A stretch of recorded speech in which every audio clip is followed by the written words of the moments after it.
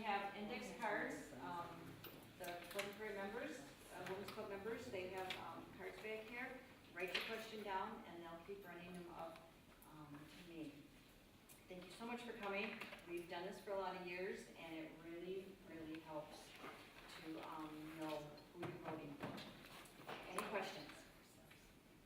Okay, we have 4 candidates running for 3 school board spots this spring. Tom is not here tonight, but we do have a statement that's going to be read for him, and then we'll take our questions.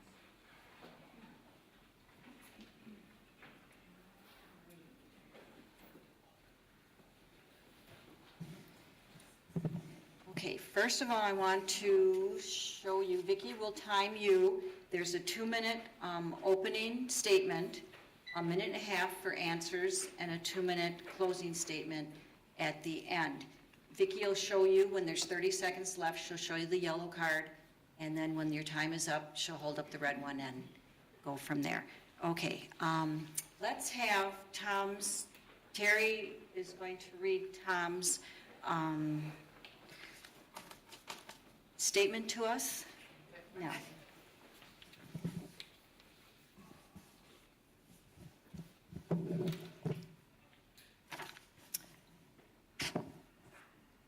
Tom Duncan is a vice president at Frederick South, formerly United Hospital System, and chief operating officer of the Kenosha Medical Center. Tom has been employed by Frederick South for 29 years. Tom has held previous administrative roles in healthcare as well as adjunct faculty positions for Concordia College and Carthage College. Tom received his early education through the Kenosha Unified School District, graduating from Southport Elementary School, Lincoln Middle School, and Tremper High School. Tom received a Bachelor of Arts degree from St. Olaf College in Northfield, Minnesota, and a Master of Business Administration degree from Keller Graduate School of Management in Milwaukee, Wisconsin. Tom is a current member of the Wisconsin Donor Network, Wisconsin Tissue Bank Advisory Board. In the past, Tom has served as president of the Kenosha Unified Education Foundation, board member of Hospice Alliance Incorporated, president and board member of Library Square School, board member of United Way of Kenosha County, secretary, treasurer, and chairperson of the Kenosha Area Chamber of Commerce, board member of the Boys and Girls Club, and is an Elks Club member. Tom has received the Kenosha Area Chamber of Commerce and Kenosha Area Business Alliance Community Service Awards. Tom is currently a candidate for the Kenosha Unified School District School Board. His statement: in my successful business role, and recently as we have partnered with Gateway Technical College and now KUSD on youth apprenticeship to prepare for the healthcare workforce of tomorrow, I can continue that successful business progression to provide resources for the district cannot afford. I have assisted in running a $300 million organization, creating centers of excellence to improve quality and reduce expenses. My work will be to further create those linkages for students in daily, yearly school success and success in life after graduation. We can always do more. Academic success can be measured in several ways. However, test scores are not the only tool. KUSD has some amazing charter schools that are teaching outside the box. Taking best teaching methods and implementing across the district would assist in closing achievement gaps. We need to support our great teachers, learn from them, and make sure that they are part of the process creating better schools for student academic success. Provide teachers and administrative leadership with the necessary resources in order to be effective in their support of student achievement. Every student in KUSD can benefit from focusing on achievements. I'll be focused on ensuring that we are providing the necessary resources and training to maximize our ability to help students achieve. My early life in the Boy Scouts taught me that life is about preparation, and it has been my goal to help others listen, communicate, set goals, and meet standards so they are prepared for life and can strive to do their best. Visiting several schools convinced me to run.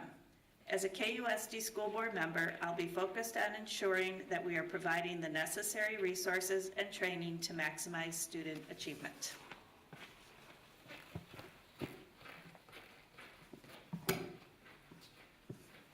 Thank you, Terry. Okay, let's start with Todd. Introduce yourself and go ahead. Good evening, everybody. Good evening, everybody. My name's Todd Battle. In my day job, I serve as the president of the Kenosha Area Business Alliance, which is a county-wide economic development organization. It's a role I've had for the past 14 years. And in that role, we also have been very involved in working with area education and workforce development institutions. CABA, the organization that I work for, has a foundation. That foundation has been a strong partner of the local public school system, and that's really given me kind of some insight into our school system. We run an elementary school mentoring program. We're active in providing college scholarships to area graduates, and we do a number of other things that have us engaged with the school system. I volunteered for the past couple of years on the Audit Budget Finance Committee at KUSD and really had a chance to engage there and learn a lot more about the school system and how it functions. And in terms of my interest in the board, I really feel strongly about the quality of our public education system in Kenosha and the need to maintain and ensure that it stays strong and continues to be a great asset for this community. It's important to the work that I do in economic development. It's important to the people and the members of this community. I'm a parent with 2 young daughters in the school system. I'm a husband with a wife that teaches in the school system.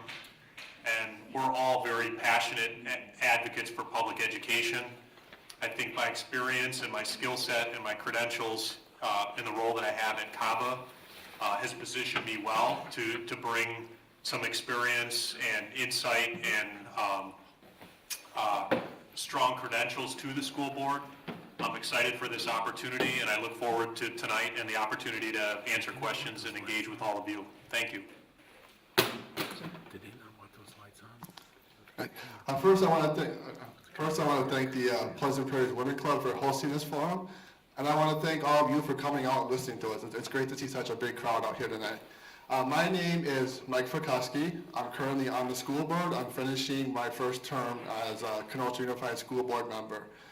Of the 2 of the last 3 years, I have served as the board treasurer. I've also been on the Personnel and Policy Committee in the past, and I'm currently on the Audit Budget Finance Committee and the Planning Facilities Equipment Committee.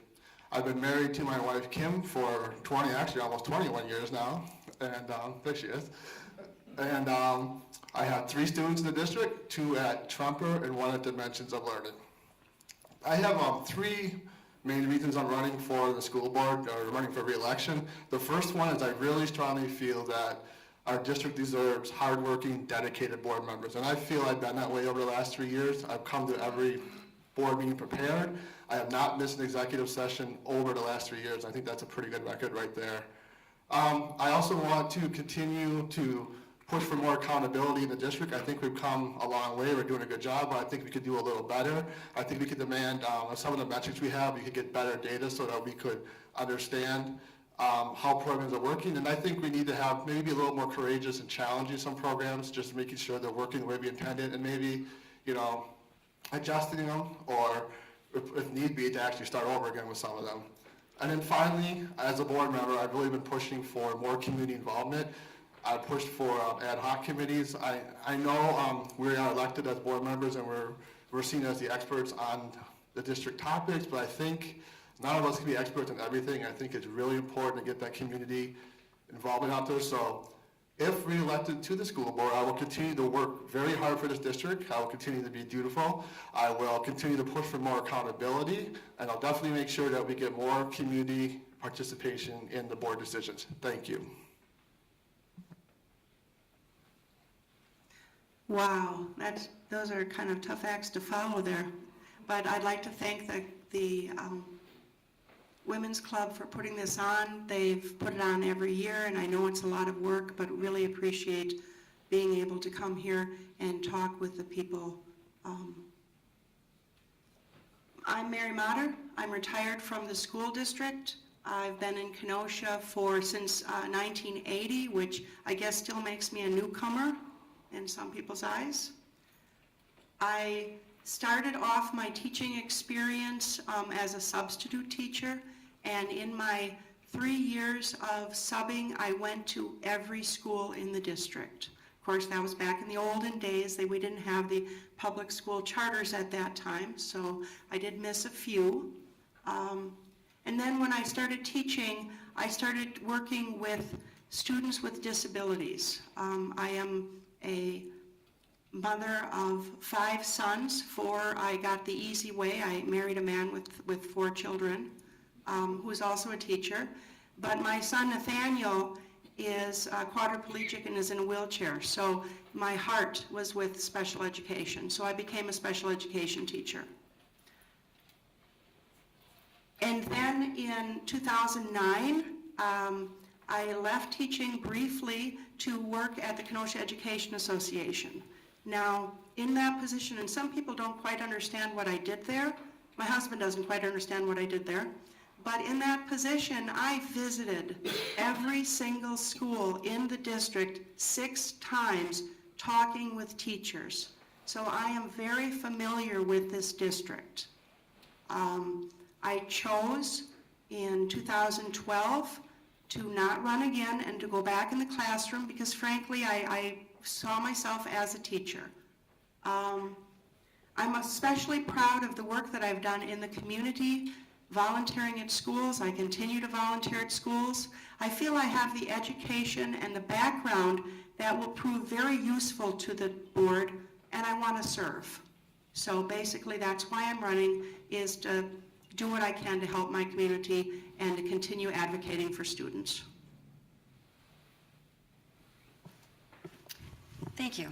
Okay, first question, and we will start with Mike then. Do you have ideas or thoughts on how to make class size smaller? We are currently at 27 to 28 students per class for many of our classes this year.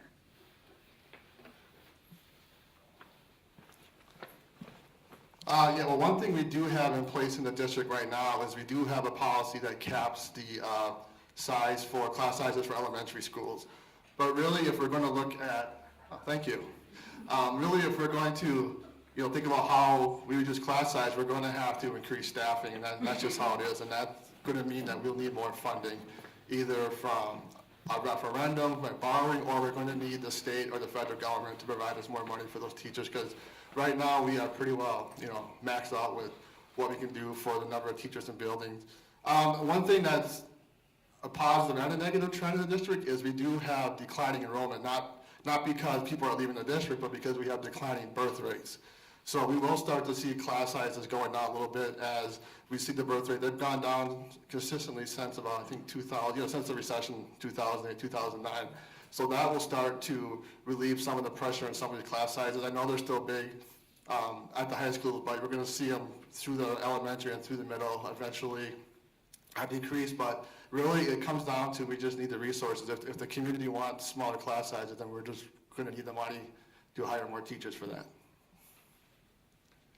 Well, definitely, we have to have more resources for the school district, and one of the nice things about having a gubernatorial election where there seems to be some concern about, the governor getting reelected and wanting to do things for school is there's a little bit more money coming to schools, so that would be good.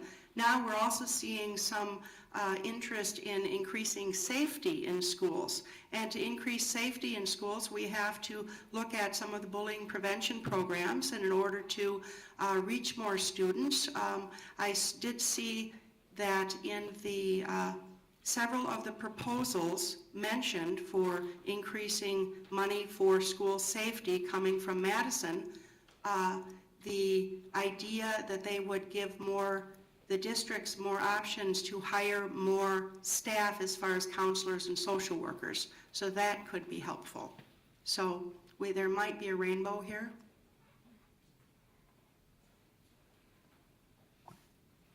Thank you. Okay. Next. Oh, Todd, sorry. I agree with what's been said here with respect, if you really want to address the issue of classroom size, it really comes down, it comes down to staffing and ultimately finances.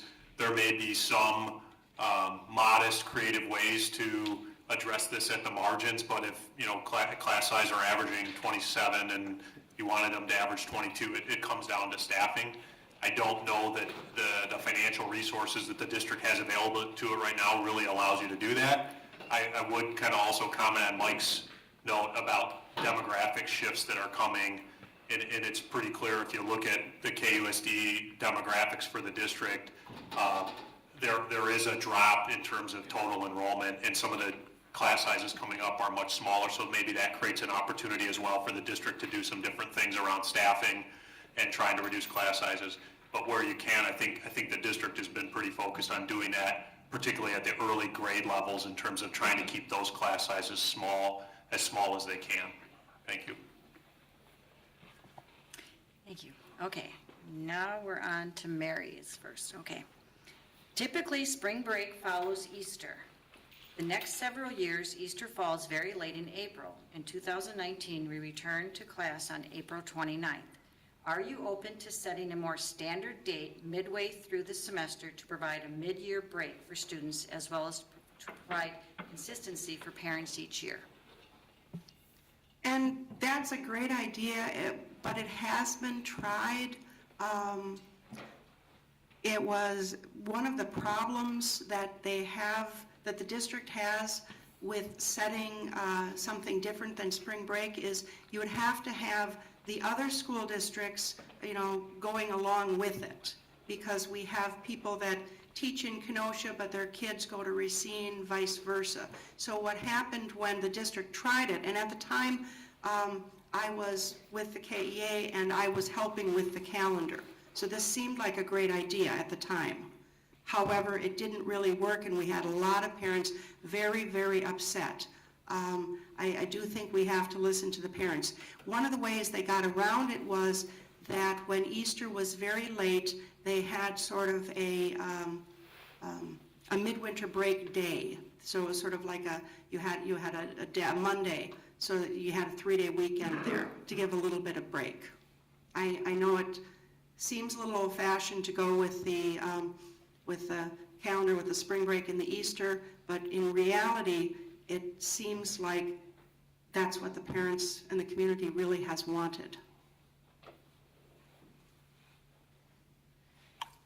I don't necessarily have a strong opinion on that item. I'd be open to suggestions for how to make it better that the community can agree on, but it's not something that I have a very strong opinion on what the best way to do that. I'd be open to good ideas that work for the majority of the district. Yes, I would also be open to the idea, but I don't know if I would just jump the gun. I think Mary gave us a great perspective on the history that we've tried this in the past. I think, again, the best way to get around it, or to get around this issue and think about this issue, is to talk with the staff and to talk with our community members to see what they would prefer.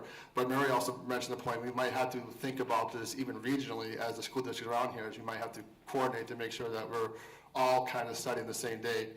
But, everyone's going to have a different opinion on what that week should be, so I think it'll be a difficult decision, but definitely something that, I'd be open to talking about. Thank you. Okay, Todd. How can KUSD, best address the needs of gifted and talented students? Yeah, great question. There are some really cool programs within the district. I look at, as an example, the Gifted and Talented program at Roosevelt that's based on kind of an international baccalaureate model. I think that's a really neat opportunity. I think that program currently today is focused on K through 5, so it has some limitations once you get into middle school. I would be in favor of looking at additional ways to expand that international baccalaureate curriculum to other schools, or to create an IB school based on that model. I think we have some excellent charter school opportunities that complement what we do in our public schools. Some of those are very specialized and have some specific curriculum offerings that can meet the needs of gifted and talented students. And there's lots of things that we can do with technology and e-learning in terms of helping students learn at an accelerated level. I think the challenge is the district has to serve 22,000 plus students, and so having a curriculum that fits the needs of all students can be a challenge for a district this large. So I think there are some neat opportunities out there. I think there's an opportunity to do more with our IB program and some of our other charters and some other e-learning opportunities as well. I agree with Todd. We have a great program at Roosevelt with the IB and the magnet program there. And I think we also have some great options at the high school with advanced placement and some of our honors classes, but I still think we have fallen short in the middle school area, and I think we continue to do so. I mean, I have spoken about that since I first started running for the school board. I think our current program is going to sort of address that, but my big frustration is that we are not going to do anything at the 6th grade level still. So I feel like we are going to accelerate these kids in elementary school, but then we're going to kind of be hitting the brakes at 6th grade, and then we'll have some independent options in middle school, but then they can accelerate again through the high school. So I know, again, it comes down to the money issue, but we really need to take a closer look and a harder look at what we're doing at the middle school level. I think we can better serve our kids there. I think right now they are not being served at the middle school level. I attended a lot of the meetings where the teachers and the parents were very, very concerned about their child going from Roosevelt and having a wonderful education to what was going to happen in the middle school. And that was indeed a concern, as these gentlemen have pointed out.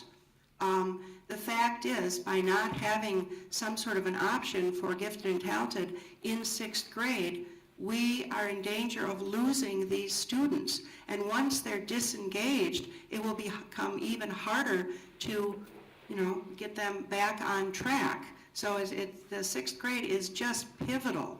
And I would push for having a program, a gifted and talented program for 6th graders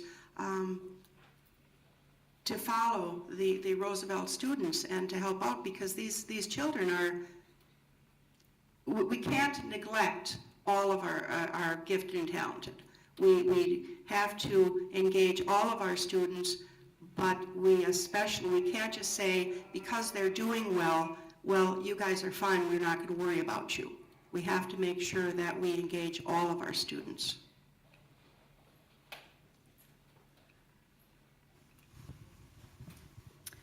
Mike, how involved should school board members be in the oversight of administration? Well, as a school board member, I think that's one of our key jobs. We hired a superintendent to work for us as school board members, so it shouldn't be the other way around, but sometimes I think as board members, it can be easy to just take the information that you're given by administration and just take it as the gospel truth, and most of the time it is good information, but we also have to be willing to ask those tough questions and, again, go out to the community and, talk to the people that we know who are, I know someone who's really good at policy, and we all have different people we know that really can help us with some of these, and get a better understanding of what administration is trying to do so we can ask the challenging questions. And then we need to set the metrics, or we're actually help the administration set the metrics, and then we need to hold them accountable, not only on just saying, okay, that looks good, but, well, is this working the way you intended? Did it work, but work differently than you intended? Just asking those really critical questions so that we're understanding how our curriculum and how our programs are impacting all the students. I think it's very important that you have school board members who do have a background, some background knowledge, so that they know what the administration is talking about. And thank goodness Mike always does his homework and reads what's put in front of him, and he has good questions and everything. And I've attended a lot of board meetings and noticed that about Mike. Now, I have a background in education. I tend to know what they're talking about generally. I'm not afraid, I'm not a shy person, I'm not going to be afraid to ask questions. I believe in sort of a healthy tension with administration and board, in that you can respectfully ask them about things, and I think we have a good superintendent who would not back down from that, who would be open and honest about answering the questions. And I think that she is the type of person who would welcome questions and wanting people to know more about what's going on. I think one of, if not the most important roles of the governing board that is elected by KUSD is oversight of administration. So the board is elected, and they chiefly employ the superintendent. So it's the board's job to work with the superintendent to make sure that goals and metrics are clear and established, that there's accountability, that the school system is performing well. And so oversight of administration is one of the top priorities of the KUSD governing board. Okay, Mary. During the Hancock administration, KUSD terminated German language instruction in the traditional high schools. This action also terminated a student exchange program with schools in Wolfenbüttel, Germany, a Kenosha sister city. This exchange program had been in existence since the 1980s. Would you support the return of German language instruction to the traditional high schools? If not, why not? No, I definitely would. I think that was a loss, and I actually, one of the teachers who taught German was able to switch to a position as an English teacher, and it was definitely a loss to the language department because she was an outstanding German teacher. Now, she's a wonderful English teacher as well, but I think that we do our students a disservice when we eliminate language programs like this, especially when we have a sister city in Germany.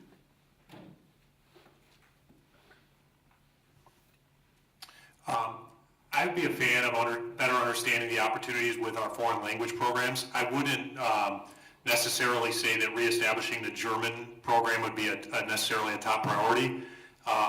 As I look at foreign languages and I look at the business world and I look at where students are going to intersect with foreign languages, I think it'd be appropriate to kind of, rather than just say we had a German program that was lost, let's restore it, take a broader look at foreign language programs and look at international trade patterns, look at international business opportunities, and then based on that, decide what are probably the most in-demand foreign language programs that we need to offer and where there are gaps, look to fill those. But I don't know that I would necessarily start with German. That may end up being the program that is in most demand and makes the most sense, but I don't know that without a further look at it. I think that program was cut during an unfortunate kind of sad time in the district when we had the transformation plan, but we also had huge budget cuts from the state, and unfortunately the district did have to make really tough decisions, and it had to not only cut staff but cut programs that were really popular like that. I would be open to reestablishing a program if we could find the resources for it. I mean, understand, if we reestablish that, we have to take money from another bucket somewhere, which I'm open to discussing and having a discussion about, but we have to understand that we may then take something away from somebody else, like, unintentionally. But I do agree with Todd, maybe German is not necessary. We should definitely reach out to the community. We should reach out to, we should have bigger conversations about what kind of foreign languages are in demand or what the community would like us to work with. Maybe there's different things that they would rather see us focus on. I don't think either that, the online learning, it's a good option for some students and giving them an opportunity to do it that way, but it doesn't work for all students, and we can't just say that because we have an online option that we're giving this to all students. We're just giving this to the students who are comfortable with technology or like to learn in that environment. But I think we do a disservice to the students who do prefer to have a classroom teacher in front of them. So. Thank you. Todd? Many of our schools, especially our high schools, tend to have fairly poor ratings compared to other schools across the state. What do you think are some of the biggest hurdles, and what steps can we take to improve them?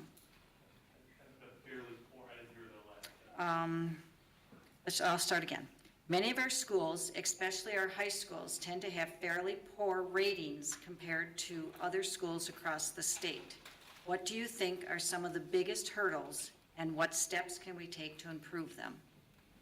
Yeah, that's another great question. And frankly, that's a concern of mine or an issue for me in the work that I do. We attract companies and people and business to come to the community, and oftentimes I'll hear from some of those business leaders or executives that they've encouraged their employees to move here, buy a home, and those employees ultimately opt not to live in this community because of concerns about the school system. And when we ask them to provide, to comment on that further, is generally a kind of a fairly basic rating that they might get from a Zillow or a goodschools.org. I don't think that necessarily tells the full story of our schools and how good they are, but it does have an influence, and sometimes perception is reality. I think there are some factors in the community around demographics and socioeconomic factors that contribute to that. In some of these schools, we're talking about 50+% of the student body is free and reduced lunch. They come from difficult home environments. There's some poverty issues that contributes to academic performance. But I don't necessarily also either think that standardized test scores tell the whole story of how good our schools are. So I think there's some work to do, definitely, in terms of overall school performance and improving that. I don't necessarily think it's the jobs of the schools alone. Some of these are community issues, but I also don't think some of these ratings are necessarily a fair representation of the quality of our schools. Thank you. Yeah, I agree that I think it's important to rate our schools, but I don't know if we should just judge a school purely by that grade, because as Todd said, there's a lot of different things going on. This is a very good question, but it's also very deep. There are a lot of different answers of what you could do. Some of the first things I think of, the most important things are the early intervention, is making sure we're identifying the students, coming in the pre-K and in the kindergarten who may not be at the same levels as their peers, and then using response interventions and some of our other tools to get these kids up to speed. But really, the schools are kind of the canary in the mine, so to speak, as I would say.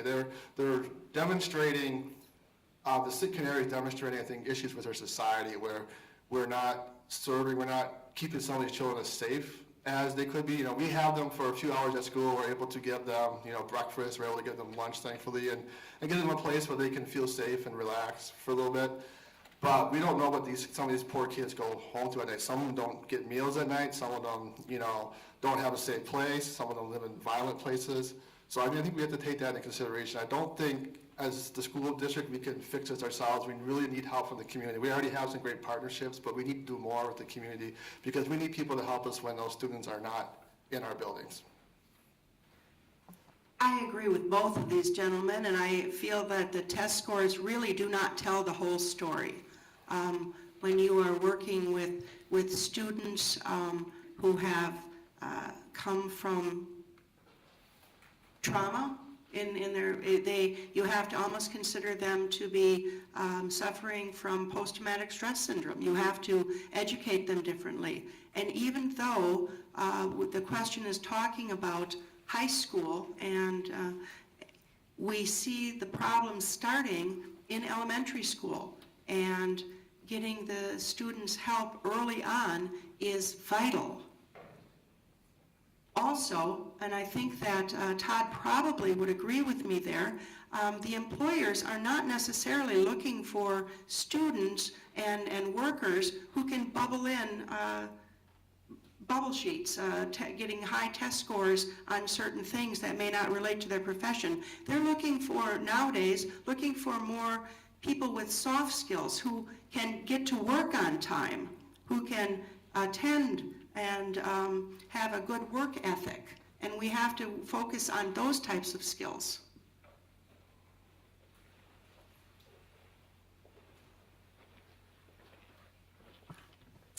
Mike, do you support more law enforcement presence in our public schools?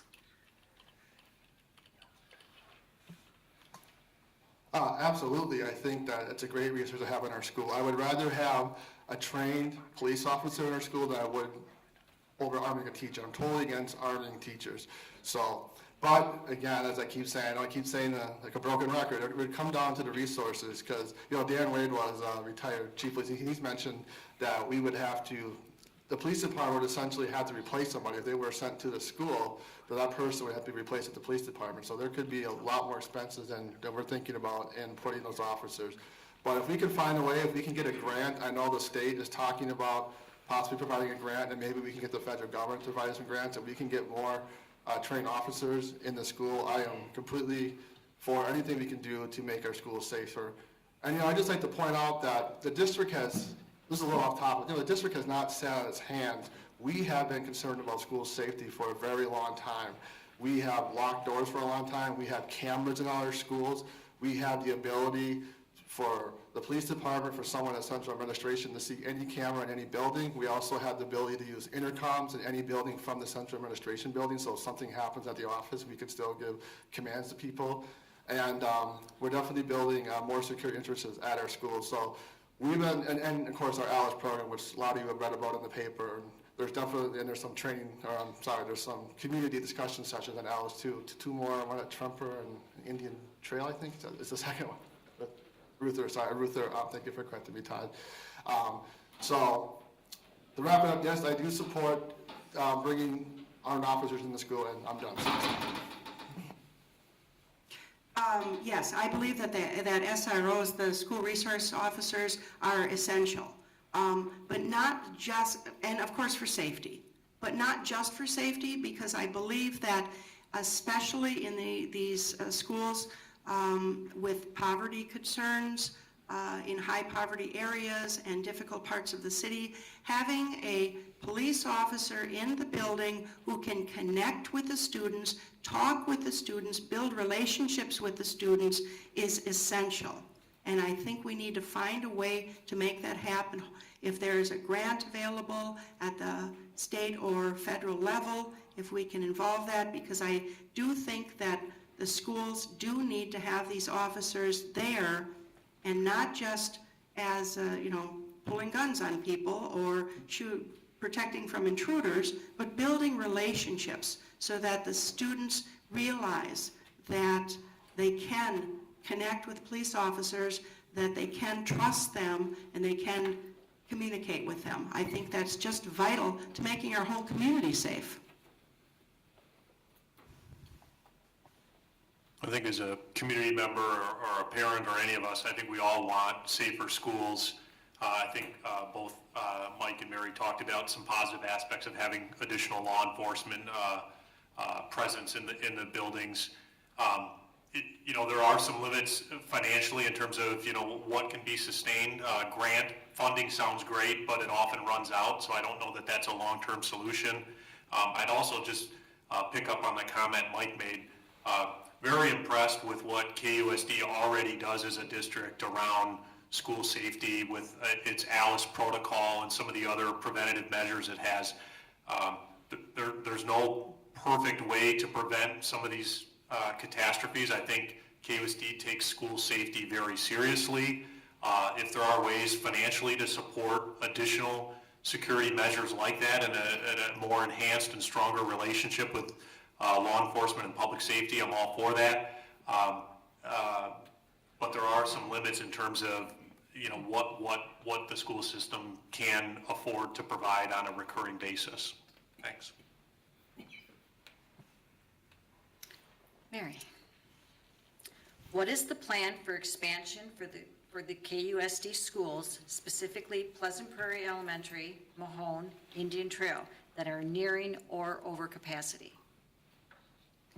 I don't believe, this is a real quick answer, because I don't believe there really is a plan for expansion at this time. I do know that I'm on the facilities committee with the district, and Pat Fenimore was talking about doing renovations and working on Tremper and Lance and Bullen, using some of the money from the energy assistance from the state and things like that. There might be some more money coming in through the state for safety concerns that could be used for different things, but as far as whole new buildings and things, that would require a referendum. So. Yeah, if you look at the demographics of KUSD and enrollment trends, there may be particular school sites or buildings that maybe are at or near capacity or over capacity, but I don't think the solution is we need to build more schools or expand the schools.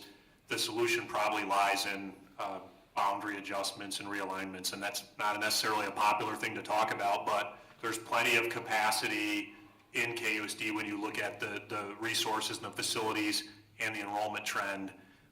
That's not a politically popular thing to talk about, but it probably is.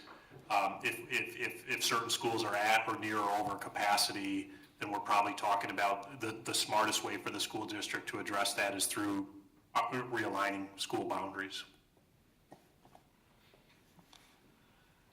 Well, as a board member, I can give you the short answer. There are no plans. I mean, that's just where we're at right now. But a couple things to think about. As Todd said, we are having declining enrollment. So if there was any change, if those schools didn't feel the impact of declining enrollment, then we would probably adjust boundaries and move some students to other schools. We know it's not popular, but that would be the prudent thing to do because it wouldn't make sense to expand a school when we have excess capacity at a different school. I know maybe there's a perception out there because people have probably seen a lot of construction going on in the district thinking there's a lot of money for new buildings and improvements and, athletic fields and things like that. But what's been happening is back in the 90s, the district built several new schools and we borrowed money for that. And as that debt has been retired, we have taken on new debt, non-referendum debt, through, it used to be called Act 32. It was a program from the state where we could take on debt without a referendum beyond our budget, and we could use it specifically for energy savings programs to put new heating plants in, to put those nice new windows in some of the schools, those nice new doors. But that would not give us the money to build a new school or it specifically says you can't put an addition on the building. And B, the state has essentially canceled the program. It's not canceled outright, but I believe Walker signed the bill saying it couldn't be brought up again until 2,399 or some year like that. So it's essentially canceled for the foreseeable future.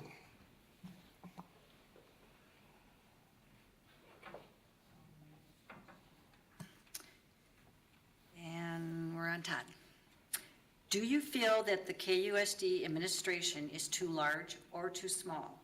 If elected, what steps would you take to increase or decrease the size of the administration? I don't necessarily know that. I think there is this perception that KUSD is top-heavy in terms of administrators. I'm all for putting as many resources in the classroom and in our school buildings as we can.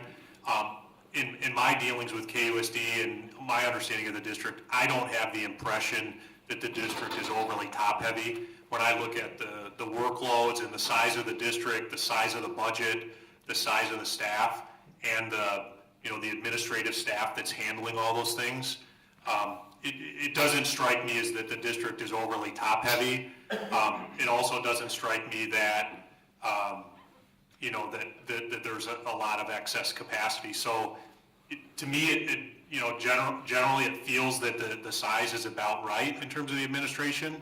But I don't know that I have anything to base that on in terms of comparisons to other districts. There are tools that can be looked at to do that, but my general impression is the size of the administration is about right.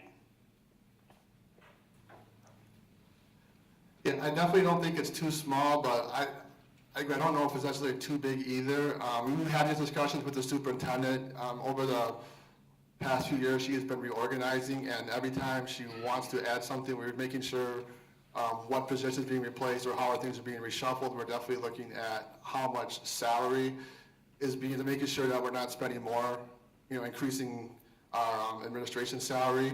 Now, one thing to think about again with declining enrollment, as the number of students in buildings go down, in the past we had overfilled high schools and we added some extra positions there, so we might look at removing some administration, as the number of students go down, maybe removing some administration from those high schools. And also I would think, depending how much we drop in the future, if we start to let go of staff, teacher support staff, then we definitely need to also look at letting go of administrators, making sure that we keep our administration in line with the staffing that we have. Definitely, I think that we have to look at how many administrators we have and whether or not everybody is necessary.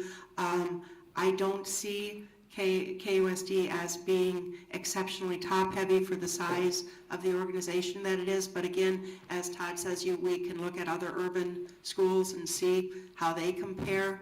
One thing we want to make sure is that if there are cuts to be made, that we try to keep as many of the classroom teachers as possible, and if there are cuts to be made over at the Educational Support Center, that we make sure that we keep as many of the workers, the secretaries and things as we can, simply because they really have a wealth of knowledge and do a lot of work over there that people might not be aware of.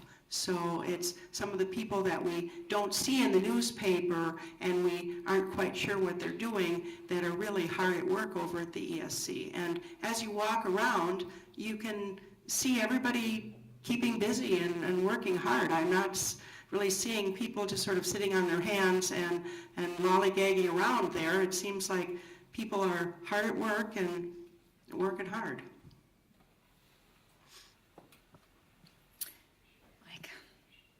What is your motivation for running for the school board? That would be me, right? Oh, I'm sorry. That's okay. You want to jump in front of me? No. Well, I think I kind of outlined that in my opening statement, but I'll reiterate. I really feel passionately that this is a great district. We have a lot of great staff, teachers, support staff. Amazing students when you visit the building. So I feel like this district deserves to be governed by hardworking and dedicated board members, and I definitely feel that I've fit that category. I'm always reading. You can ask my wife, she's like, how late I'm up reading, or reading every Saturday morning, looking through all the information we get from the superintendent. I've never missed an executive session meeting. I also think there's always more to do. It's a big district with a lot of moving pieces, and I definitely want to look more at how we're holding things accountable and how we're measuring things. And again, I think that we've come a long ways over the last couple of years, but I think there's some more ways that we can improve that, just by making sure that we're getting metrics that are easy for board members to understand, so we can see the bigger picture. And then I really enjoy working with the community, going out and talking to people and explaining things and getting their perspective on things. So that's probably my single most favorite part of the job, is just all those conversations I've had about the district, and most of them are very positive, so it's very energizing just to hear what people think about the district, and then some of the ideas and talking about some of the things that we could also improve with the district. Now I can go. Hey. All right. Well, it's obvious to a number of people why I'm running. I have a background in education, and when you retire, sometimes it's hard to just sort of sit at home and bake cookies, and you miss the student, and you start to think, what can I do to help my community? How can I use all of this knowledge that I have gained? I understand schools and students because I spend so much time there. I didn't just teach students at KUSD, I taught teachers. I worked in the colleges teaching in-service classes. I went around the state teaching various things, including response to intervention. At this last school board meeting, they were talking about response to intervention and how the district is sort of kicking it up a notch, which is wonderful. But in 2009, 10, and 11, I was actually traveling around the state with Tony Evers and a group in-servicing teachers on that. I want to be of service in the community. I feel I have a lot to share, and I want to share it. I think our public education system in general and KUSD specifically is absolutely key building block for our community and its future.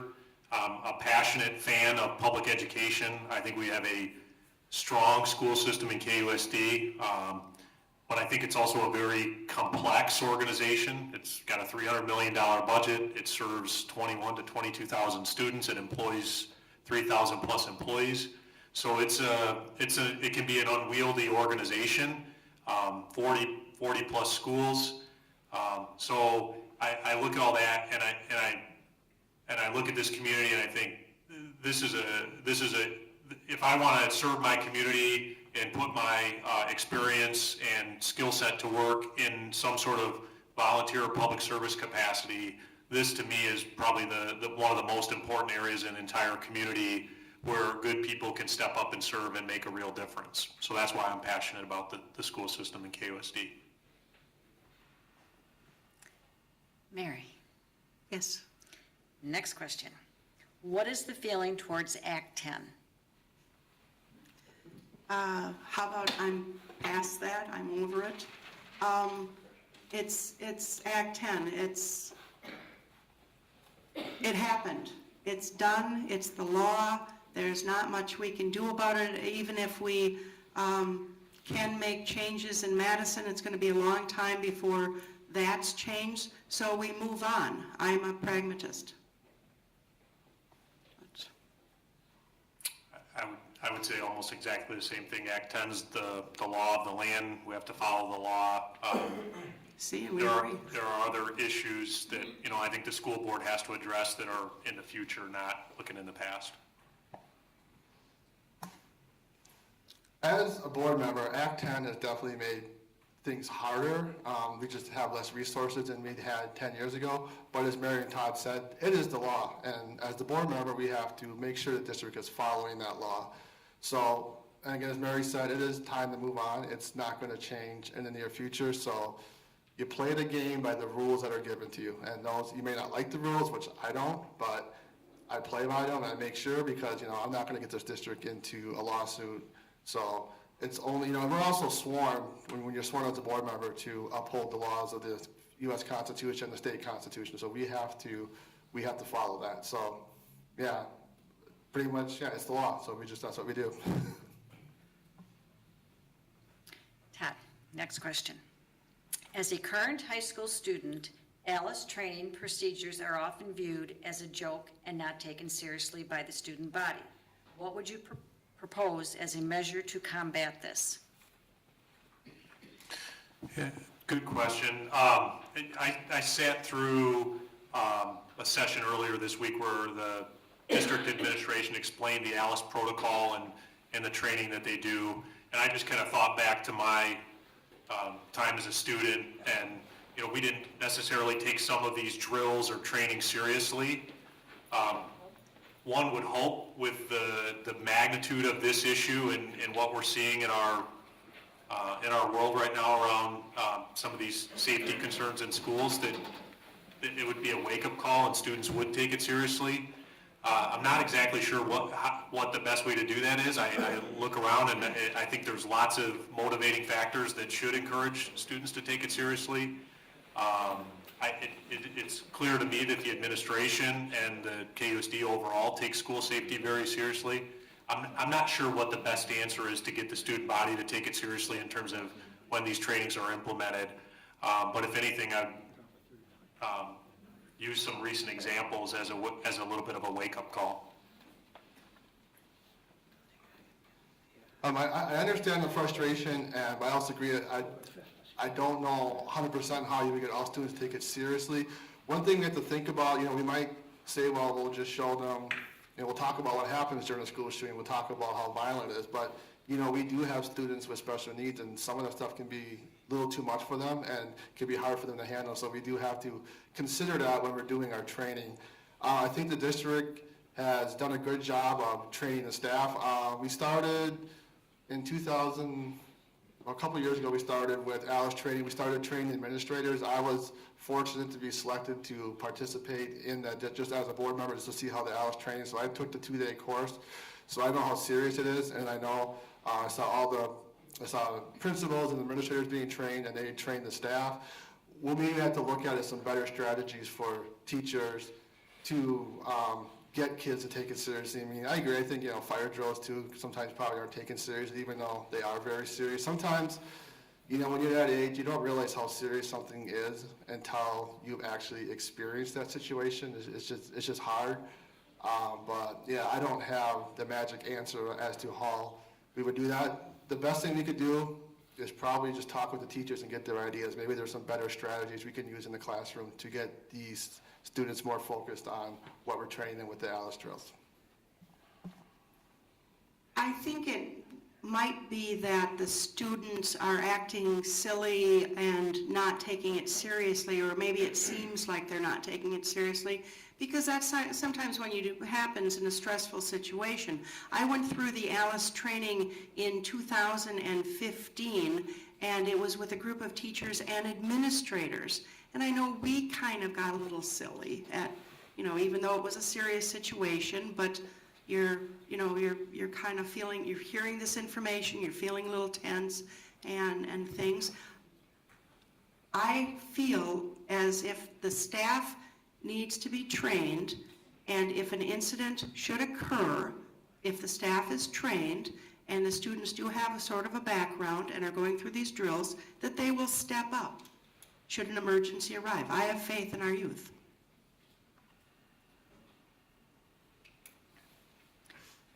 Mike, what is your opinion on the open enrollment option in KUSD?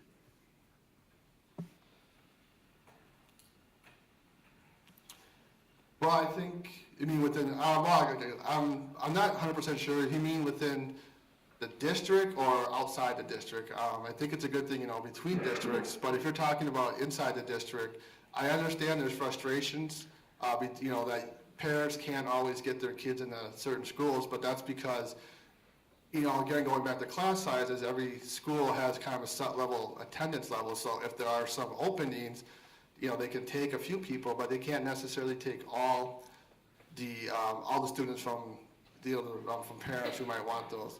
So I think we do what we can, but again, it's just a limitation. We don't want to increase class sizes at certain schools. So we just need, so I guess what I'm trying to say is I get that parents are frustrated, but as a district, our hands are actually kind of tied in that case.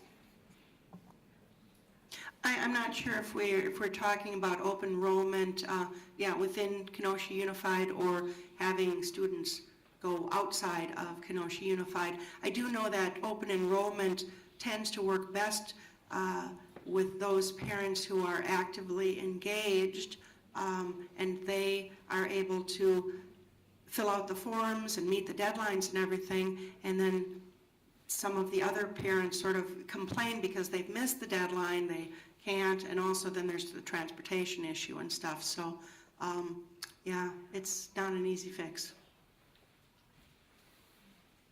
Yeah, and I don't know that I have much to add on that. I'm not sure if we're talking about in and out of the district or within the district. Okay, Mary, you're up.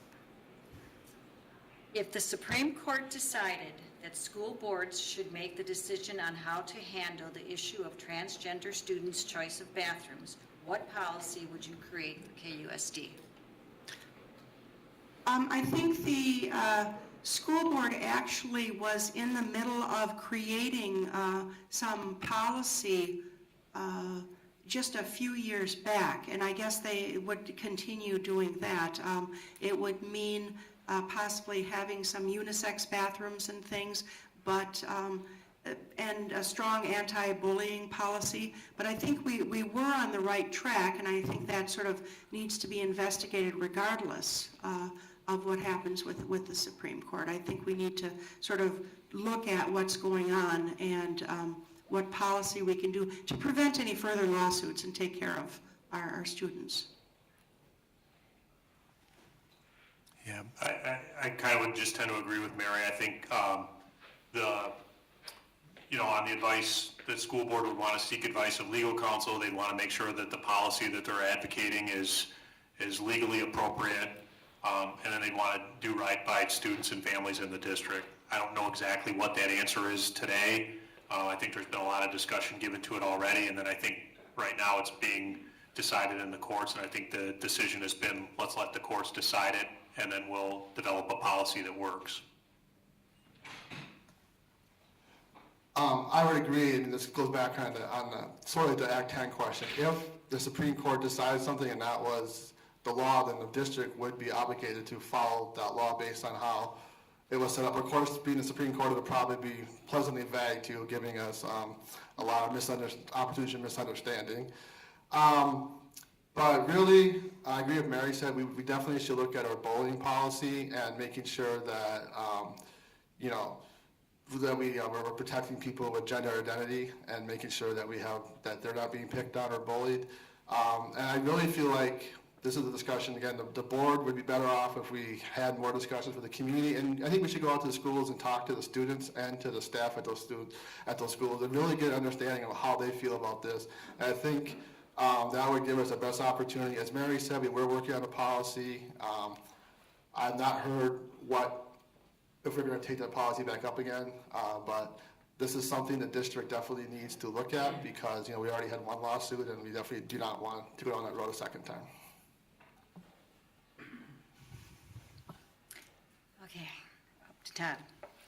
How will you address employee union-related issues without bias? Yeah, I think the role of a board member is to be an objective party. It is to represent all interests of the district, be that students, the community, taxpayers, administration, teachers.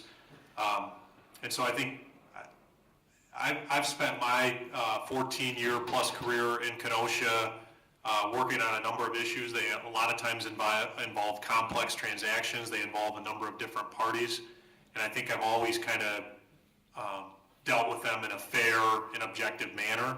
And I think I wouldn't take any different approach to my role on the school board, be it, you know, kind of an employee or union issue or a student-parent issue or a administrator-teacher issue, whatever the case may be. I think you just deal with it in an objective manner and you remember what your role is as a school board member.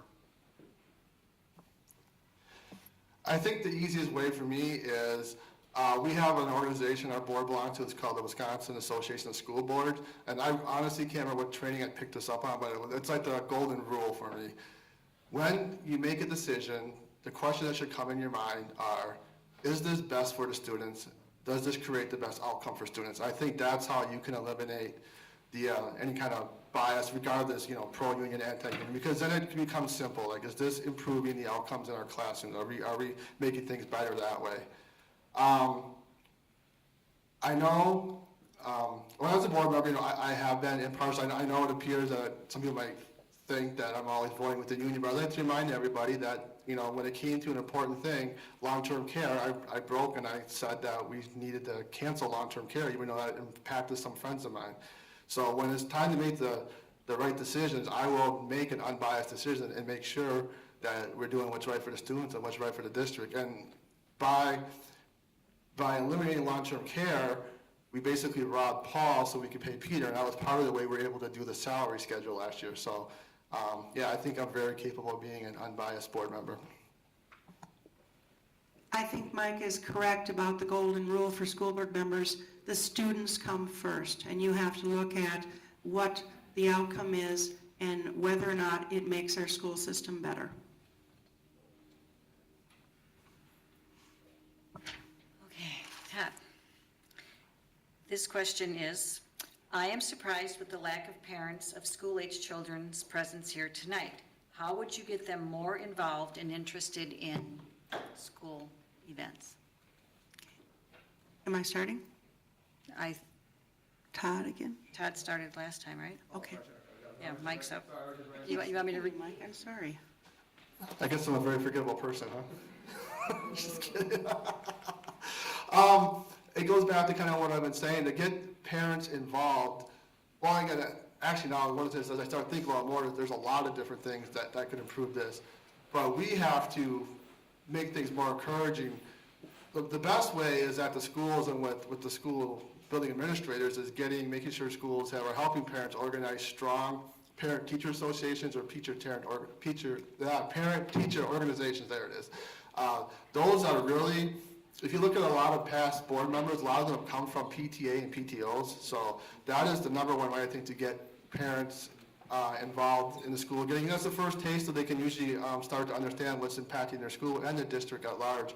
But I also think the district has to do a little better job at communicating. I think we do a lot of good passive communication. We put a lot of information on the website. We put on social media.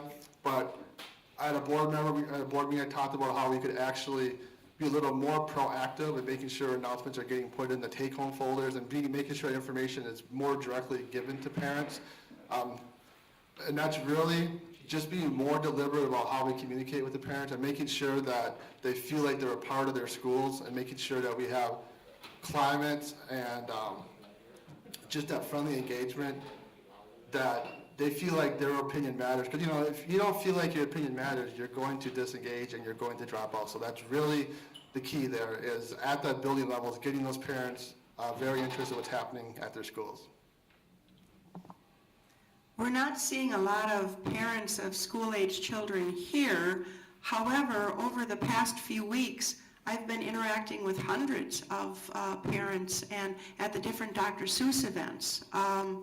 At Prairie Lane, we had all different types of activities. There were a number of parents there and teachers who were parents as well, tended to spearhead those things. Over at Absola, I was at Frank, I was at Grant, and each time I'm making rainbow toast. It was a lot of fun.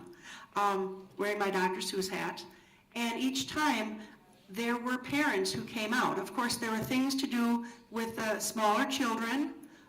They were interacting with their teachers. They were interacting with their principals.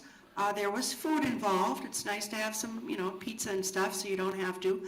We have to make sure that we have schools welcoming, that we have things, that we have babysitting available for them. I'm seeing it at the elementary schools. We need to reach out more at the middle and high school levels and connect with parents there. We can't lose that connection. On this particular item, I don't necessarily know that this is a KUSD barrier.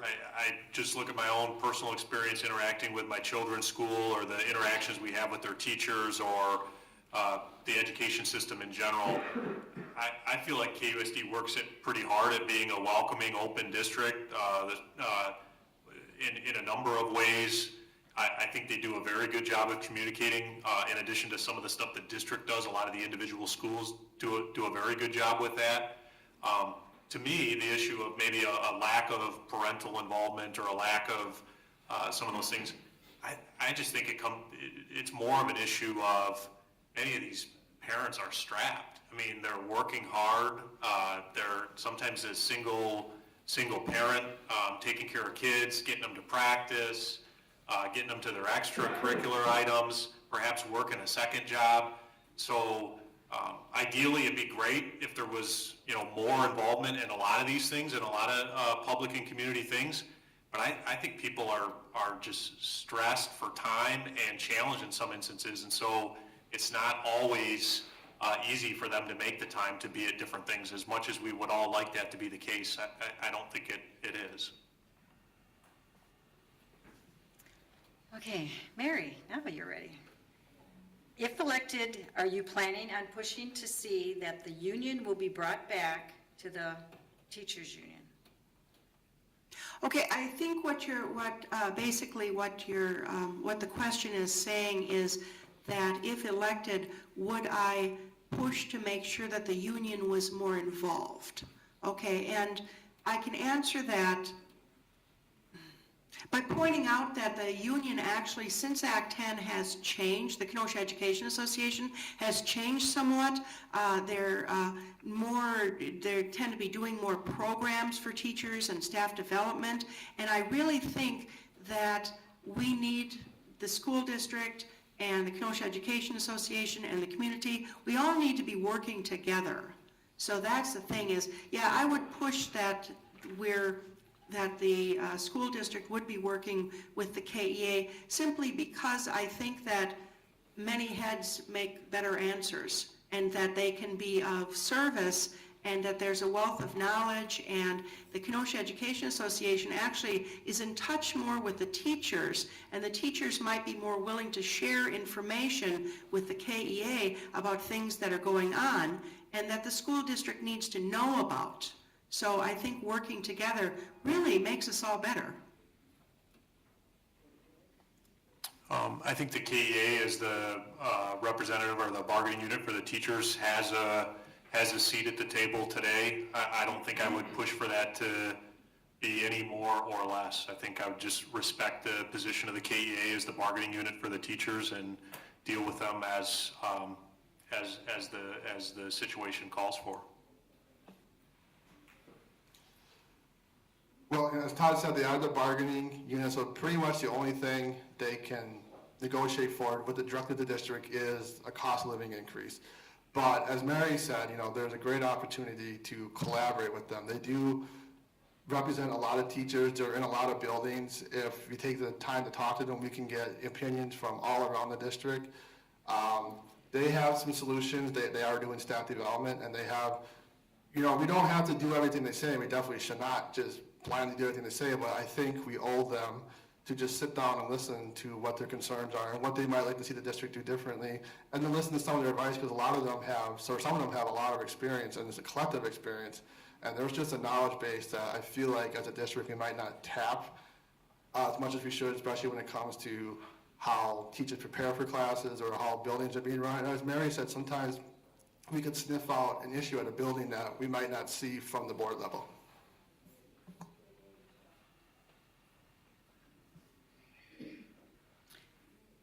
Okay, we are on to Todd.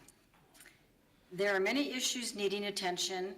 Example, transgender student issues, student safety, dress code, student caps, school ratings.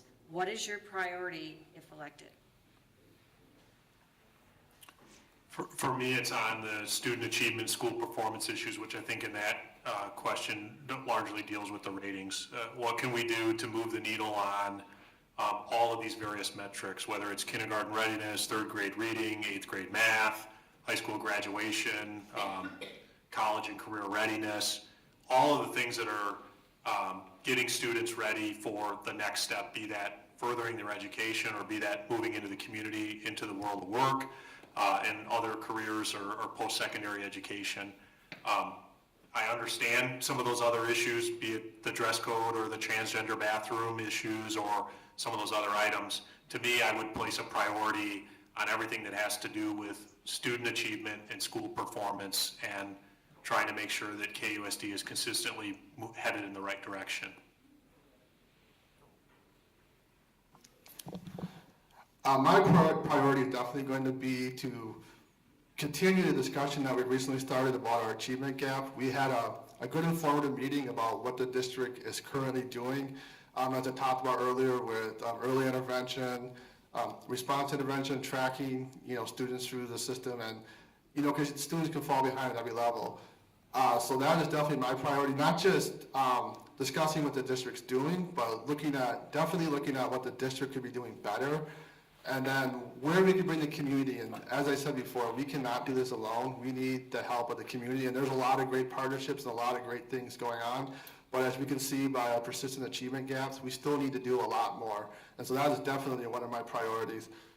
School safety, again, the district is doing a lot, but I want to make sure that the community understands what we're doing, understands how ALICE works, understands how we are currently keeping our buildings safe, with the doors locked and with our different protocols. And I think, these other issues are important as well, but then they can be worked on in conjunction with the priority issues. We can definitely work on the dress code while we're working on some of these other things. And finally, I'm going to keep pushing one of the priorities, just getting more community involvement. I'd like to see the frequency of our committee meetings increased. We used to do them almost monthly, but now they seem to decrease to maybe like quarterly, just a rough estimate. We don't meet as often as you'd like to, so I'd like to definitely see those more opportunities for the community to feel a part of our district. Well, here you have it on record, Mike wants more meetings. Okay. My top priority is the achievement gap. Basically, we have students who are struggling, and it seems like the longer they're in school, the further behind they fall. I have two granddaughters. They're foster granddaughters, and they're behind. We're working with them. I'm hoping that they, catch up, but they're a perfect example of the achievement gap, and I see very clearly that we have to do something to help these students and all students. We can't just talk about it. And I was very happy at the last school board meeting to see that they were talking about kicking up a notch and doing response to intervention, and which just a program to work with students on their skill deficits. Sorry to use the language, the alphabet here. Anyway, but I think that we're heading in the right direction. We just have to make sure that we're doing action steps and not just talking about it. Okay, Mike, if you have children or grandchildren, do they attend KUSD schools? Luckily, or at least I better not have any grandchildren coming soon. My oldest is only 18. But yes, I have 3 students in the district, 2 that attend Tremper and 1 attends Dimensional Learning. I've also had experience in the past with Lincoln Middle School, Grebenall Elementary, and McKinley Elementary. So when I'm out doing doors, that's what I tell people. I have skin in the game. I mean, if I do something wrong or if I make a bad decision, I'm going to be told by my kids pretty immediately. And I do get some good feedback from them and from their friends too about their opinions and some of the things that we've done in the district. That was probably a longer answer to a short question, but I just wanted to expand that out a little. My children all went to Kenosha Unified, but they're all old now. So they're in their 30s and 40s. And so I am an empty nester. I have 2 granddaughters. I take care of them a few times a week, and one of them is in full-day kindergarten at Bose. Yes, have 2 daughters in the district in 3rd and 5th grade. Okay, Mary, right? We're up to Mary, right? If elected, would you be in favor of implementing a more progressive dress code, continue to use the same dress code, or more conservative dress code?